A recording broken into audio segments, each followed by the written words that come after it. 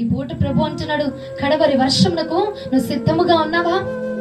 కడవరి వర్షము లేకపోయినా, ఆత్మ బలము లేకపోయినా చచ్చిపోతున్న వారు ఉన్నారు, ధైర్యముగా ఉన్నవారు ఉన్నారు, గుండెల మీద చక్కగా 2 చేతులు ఎత్తి దర్జాగా పడుకుంటున్న వారు ఉన్నారు.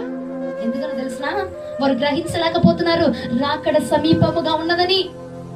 ఎవరు బిడ్డలారా, రాకడ సమీపముగా ఉన్నది. నీ ముచ్చట్లు, నీ చాటింగులు, నీ గేములు, నీ ఇష్టానుసరమైన వ్యర్థమైనవన్నీ ఆ వీడియోలన్నీ ప్రభు చూస్తా ఉన్నాడు. ప్రభు చూడట్లేదంటావా?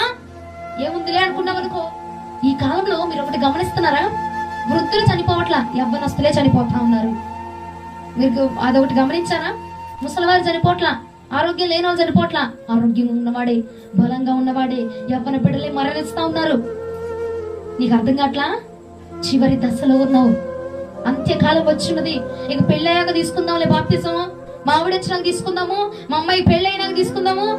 చివరి దశ. ఇక నీకు సమయం లేదు, ఇక నీకు కాలం లేదు.